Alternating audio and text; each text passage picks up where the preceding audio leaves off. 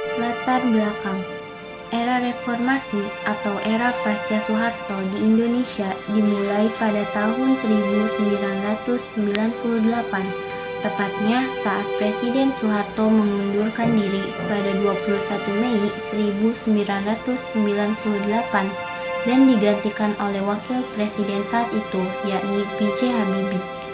Periode ini dicirikan oleh lingkungan sosial politik yang lebih terbuka. Reformasi 98 pun ditandai pula oleh melubernya rakyat dan mahasiswa ke jalan-jalan, menggedor dan menjebol dinding tebal tirani kekuasaan beserta segenap sindikasinya, untuk menuntut kembali tegaknya kedaulatan rakyat.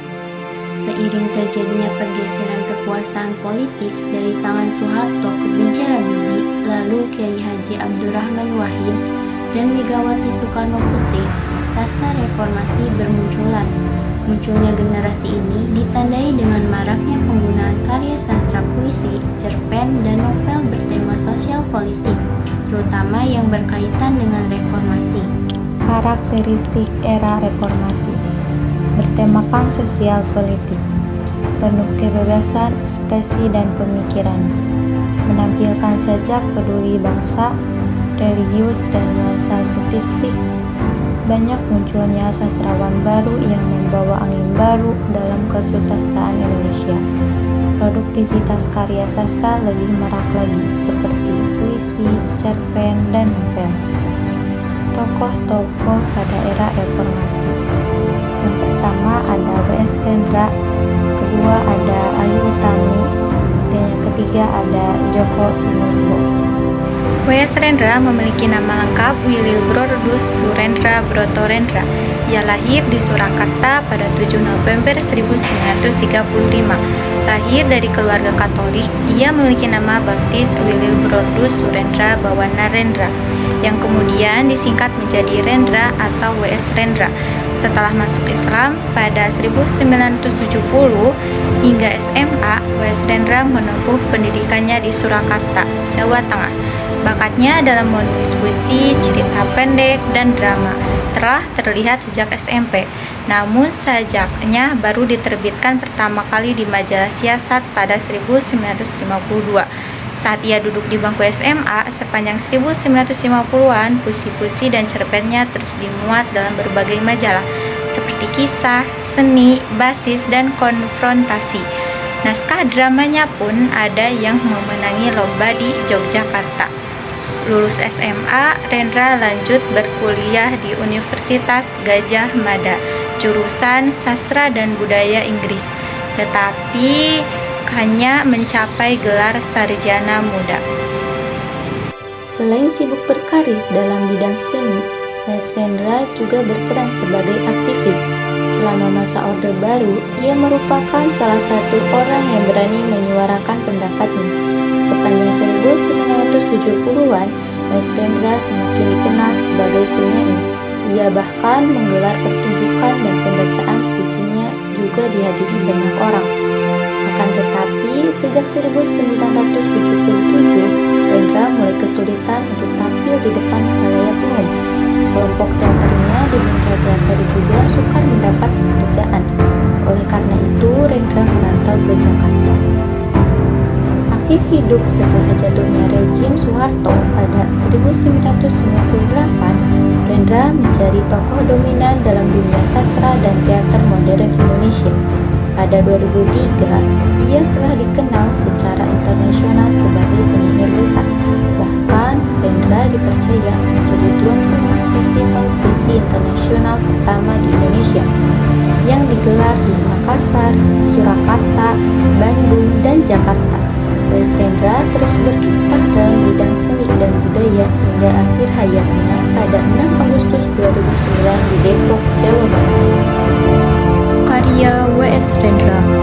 Sajak bulan Mei 1998 di Indonesia, yang merupakan salah satu sajak yang terdapat dalam kumpulan sajak potret pembangunan dalam puisi karya W.S. Rendra.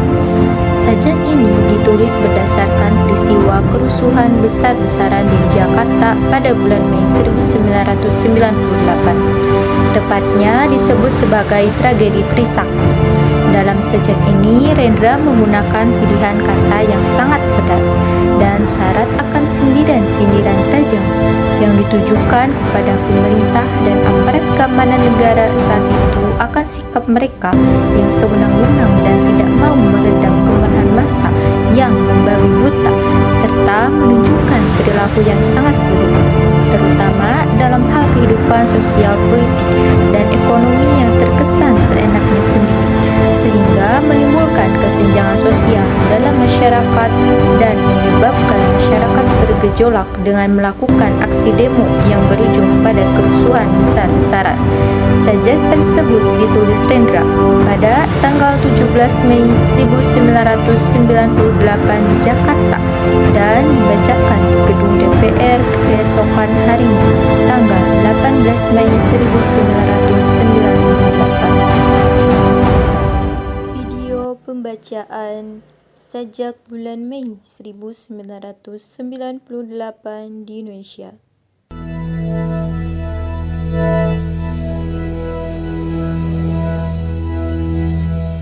Sajak bulan Mei 1998 di Indonesia dipersembahkan kepada para pahlawan Trisakti yang gugur di medan reformasi. Aku tulis sajak ini di bulan gelap raja-raja. Bangkai-bangkai tergeletak lengket di aspal jalan. Amarah merajalela tanpa alamat. Ketakutan muncul dari sampah kehidupan. Pikiran kusut membentur simpul-simpul sejarah. Oh zaman edan, oh malam kelam pikiran insan. Koyak-moyak sudah keteduhan tenda kepercayaan. Kitab undang-undang tergeletak di selokan. Kepastian hidup terhuyung-huyung di dalam comberan. Oh tata warna fata morgana kekuasaan. Oh sihir berkilauan dari mahkota raja-raja. Sejak dari zaman Ibrahim dan Musa, Allah selalu mengingatkan bahwa hukum harus lebih tinggi dari keinginan para politisi, raja-raja, dan tentara. Oh, kebingungan yang muncul dari kabut ketakutan. Oh, rasa putus asa yang terbentur sangkur. Berhentilah mencari Ratu Adil. Ratu Adil itu tidak ada. Ratu Adil itu tipu daya.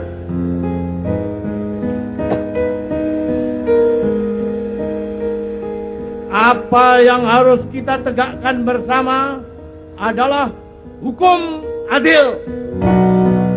Hukum adil adalah bintang pedoman di dalam prahara.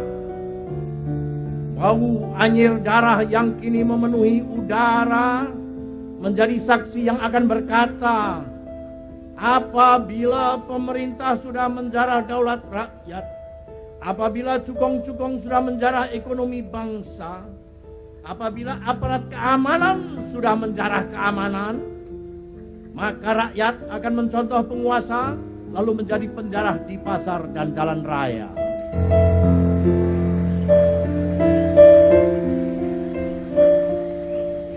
Wahai para penguasa dunia yang fana, wahai jiwa yang tertenung sihir tahta, apakah masih akan buta dan tuli di dalam hati? Apakah masih akan menipu diri sendiri? Apabila saran akal sehat kamu remehkan, berarti pintu untuk pikiran pikiran-pikiran kalap yang akan muncul dari sudut-sudut gelap telah kamu bukakan. Sadar kabut duka cita menutup wajah Ibu Pertiwi. Air mata mengalir dari sajak-sajakku ini.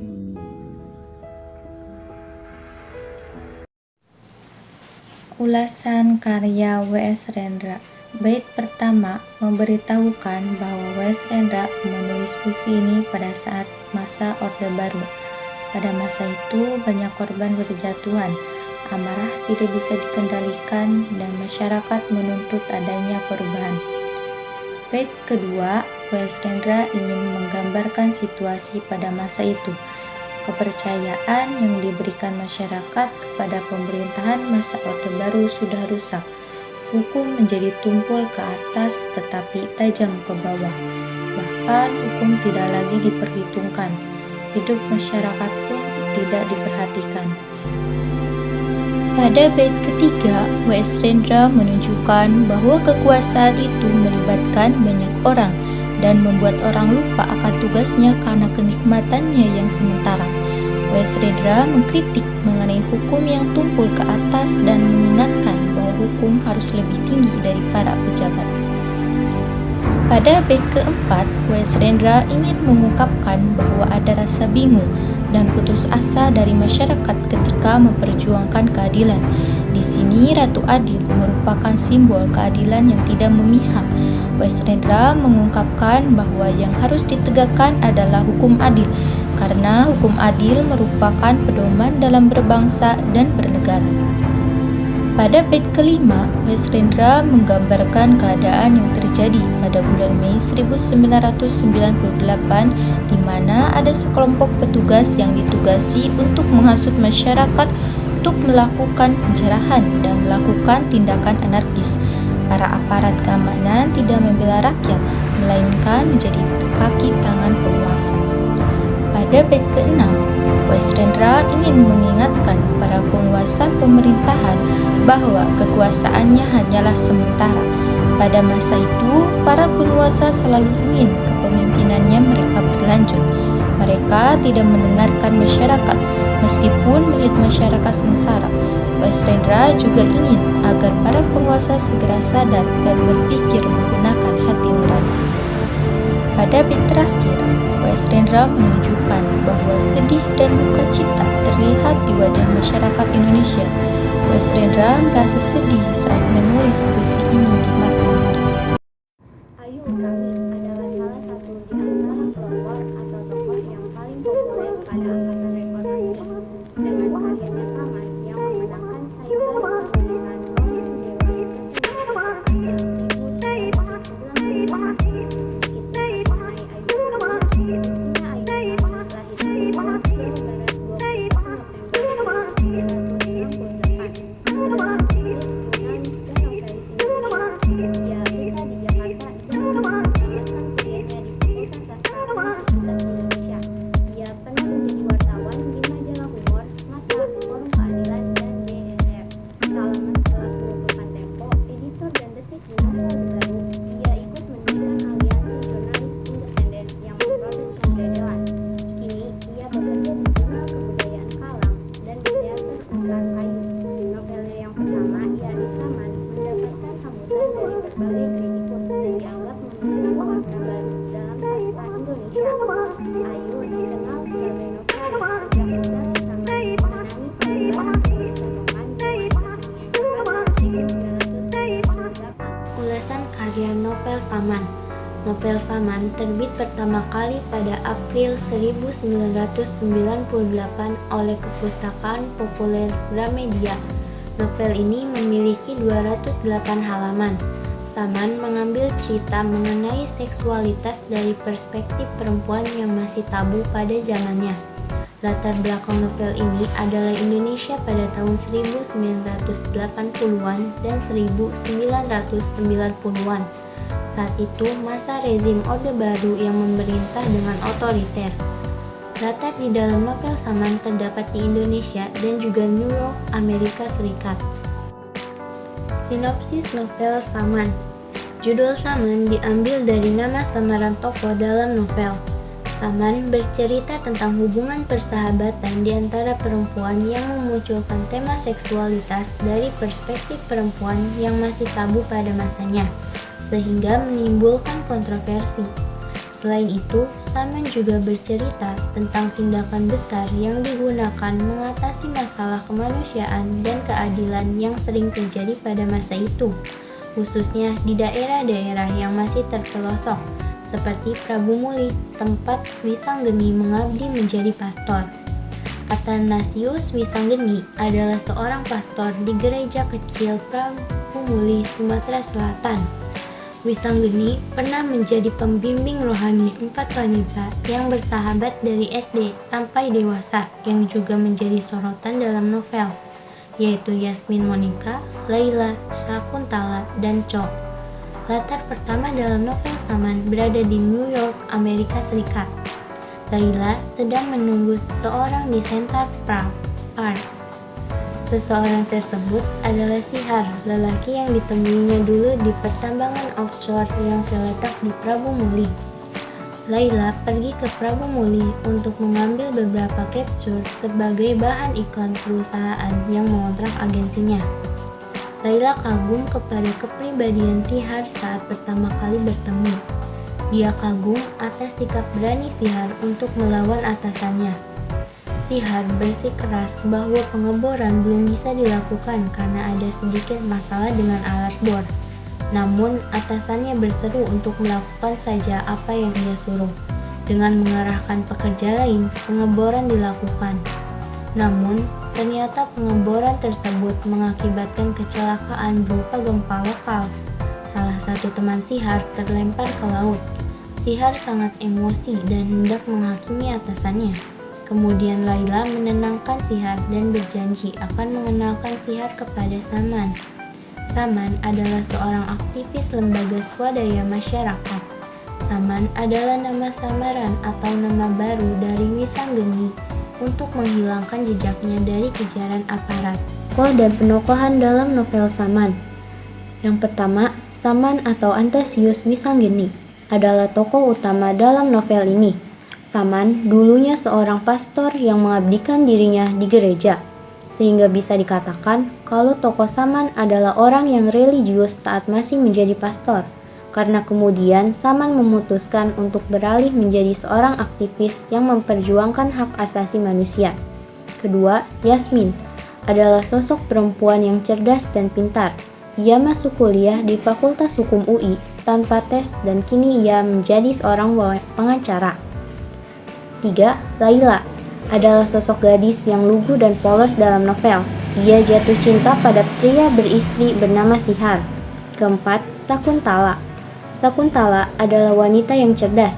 Ia seorang penari. Dalam Saman, ia bercerita dari sudut pandangan sebagai seorang anak dari ayah yang ia benci, dari seorang sahabat bagi 3 orang.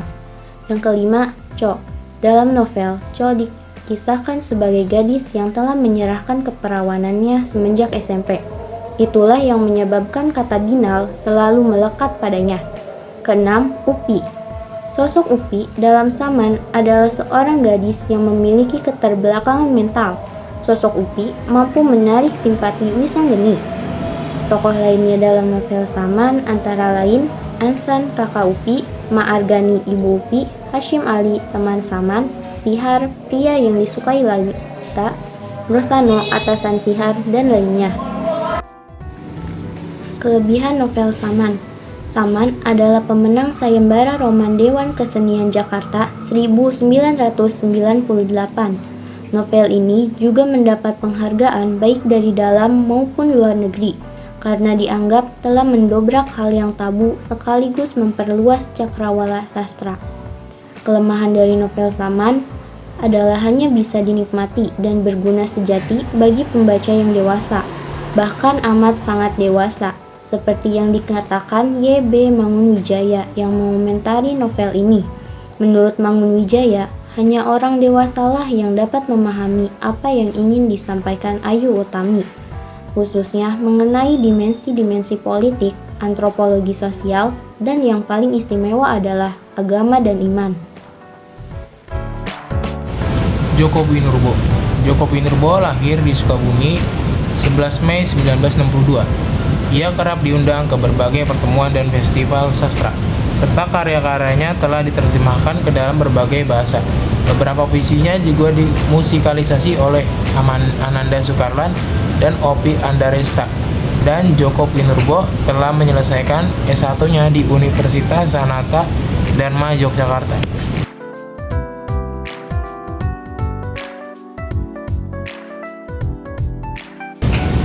Ulasan karya. Pasar Sentir adalah puisi karya Djoko Winurbo yang menggambarkan suatu kejadian di suatu tempat bernama Pasar Sentir, di mana penyair mengamati seorang lelaki misterius yang sering mengunjungi kawasan tersebut. Puisi tersebut menggambarkan interaksi pria dengan wanita gemuk dan keadaan mabuknya. Penyair juga menyebutkan pembelian jaket merah oleh pria tersebut dan niatnya untuk pergi ke tempat yang indah. Puisi tersebut menangkap lokasi, suasana, dan kekhasan tokoh yang terlibat. Terima kasih telah menonton video dokumenter Sastra Era Reformasi.